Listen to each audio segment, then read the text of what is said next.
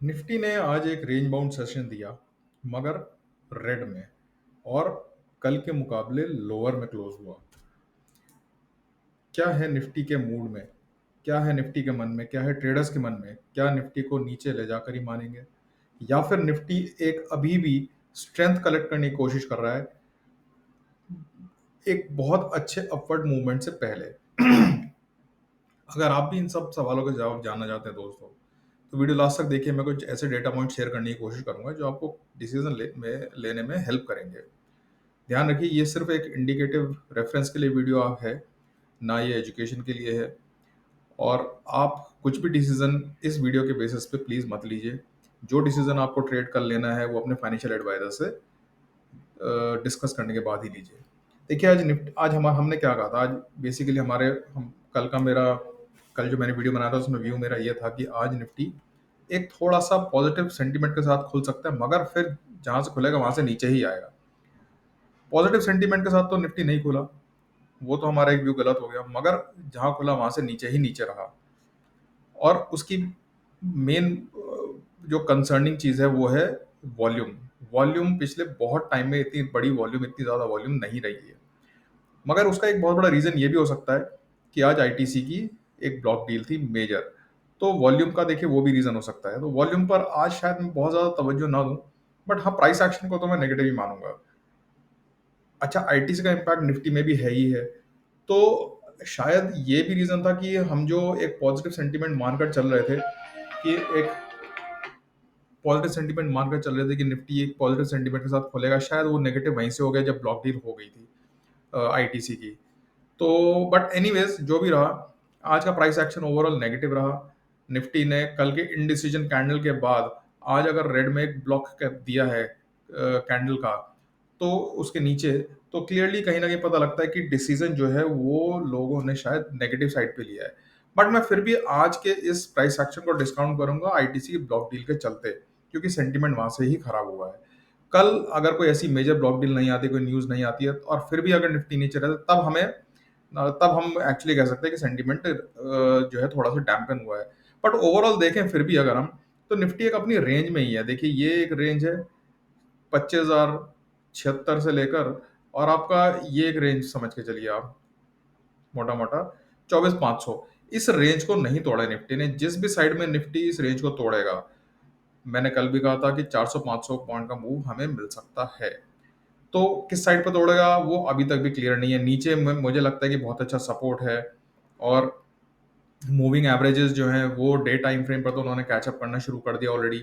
Week time frame पर मुझे लगता है कि अभी भी थोड़ा सा टाइम बचा हुआ है, थोड़ा सा नहीं, काफ़ी टाइम बचा हुआ है, जब तक कि ये प्राइस थोड़ा सा नीचे आ गया, टाइम में थोड़ा करेक्शन होना शुरू हो गया है।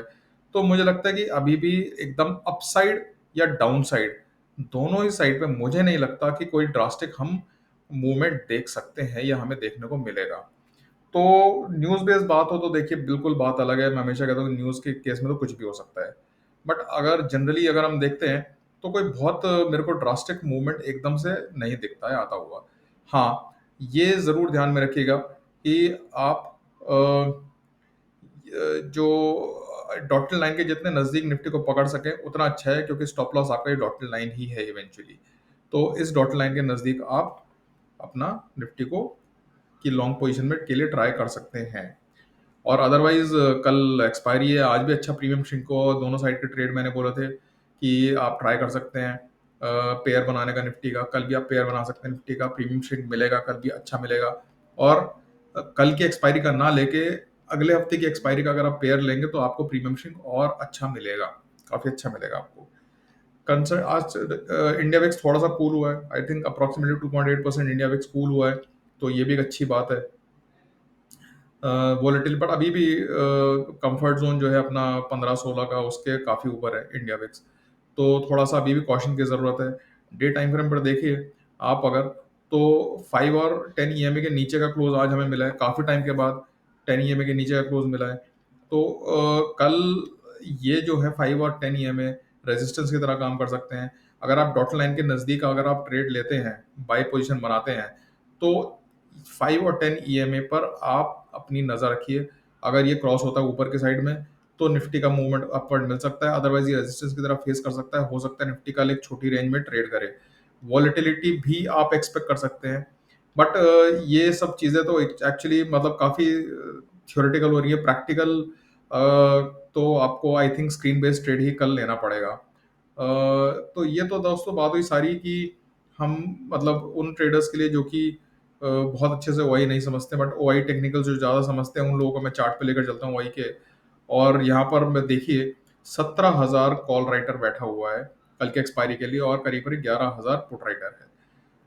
बहुत क्लियरली कॉल राइटर्स का बहुत स्ट्रॉन्ग कंट्रोल है। निफ्टी ऊपर जाता मुझे बिल्कुल नहीं दिख रहा है। शॉर्ट कवरिंग वाला डेटा भी ये नहीं है। शॉर्ट कवरिंग भी न्यूज बेस हो तो हो, वो बात अलग है, बट शॉर्ट कवरिंग का के लिए भी मतलब कुछ तो स्टैट्स नॉमिनल होने चाहिए। 17,000 और 11,000 मतलब वो कुछ है ही नहीं कंपटीशन। तो और देखिए 24,800 पर आज बहुत अच्छी जो है कॉल राइटिंग हुई है, काफ़ी अच्छी स्ट्रॉन्ग कॉल राइटिंग हुई है। और इधर अगर आप देखते हैं 24,750 पे थोड़ी सी पुट राइटिंग हुई है, 24,700 पे थोड़ी पुट राइटिंग हुई है, मगर जो पीछे थोड़ा सा बैठे हुए जो जो सेफ ट्रेडर्स थे वो और पीछे भाग गए हैं। इनफैक्ट वो निकल ही गए हैं अगर आज हम देखते हैं तो ये थोड़ा सा एक डेटा जो है देखने वाला है। चार्ट पर अगर हम देखते हैं तो हम बात कर रहे हैं यहाँ पर करीब करीब 24,650 24,700 की। 24,650 24,700 के आसपास आप एक बाय ट्रेड इनिशिएट कर सकते हैं, बिल्कुल कर सकते हैं। 24,800 पर उस ट्रेड को आप चेक करिए, यानी कि अपना करीब करीब 10 ईएमए के आसपास आप उस ट्रेड को अपना चेक करिए। अगर वो निकलता है वहां से ऊपर जाता है तो आप 24,900 भी एक्सपेक्ट कर सकते हैं, और बहुत मतलब वाइल्ड सिनेरियो में 25,000 भी आप एक्सपेक्ट कर सकते हैं। मगर कल एक्सपायरी में मेरे को 25,000 के ऊपर जाता हुआ निफ्टी बिल्कुल नहीं दिख रहा है।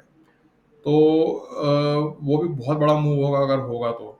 डाउन साइड जो रिस्क है वो बहुत ही स्ट्रॉन्ग कन्विक्शन के साथ मैं बोलता हूँ कि डॉटेड लाइन अगर ब्रेक होती है इंट्राडे पर, डे ट्रेडिंग में मैं बात नहीं कर रहा हूँ, अगर डे क्लोजिंग आ जाती है इस लाइन के नीचे तो आप बिल्कुल शॉर्ट साइड की पोजीशन बनाकर बैठ सकते हैं। मगर इंट्राडे में हो सकता है कि डिप्स आए, इस लाइन के नीचे आप निकलें, फिर वापस आ जाएंगे आप। तो ये है थोड़ा सा वॉलेट मतलब रिस्की ट्रेडर्स के लिए ही मार्केट है ये वाली। अब आप ये मानकर चलिए, जो सेफ ट्रेडर्स हैं वो तो थोड़ा साइड में ही बैठ सकते हैं। जैसे मैं पर्सनली मेरा स्टाइल जो है वो थोड़ा सा ये है कि सेफ ट्रेडिंग का है, तो 15-16 के विक्स पर काम करना मुझे फिर भी कंफर्टिंग लगता है। तो ये है दोस्तों, मैं एक 15 मिनट के चार्ट पर आपको लेकर चलता हूँ, और वहाँ पर भी थोड़ा सा देखने की कोशिश करते हैं कि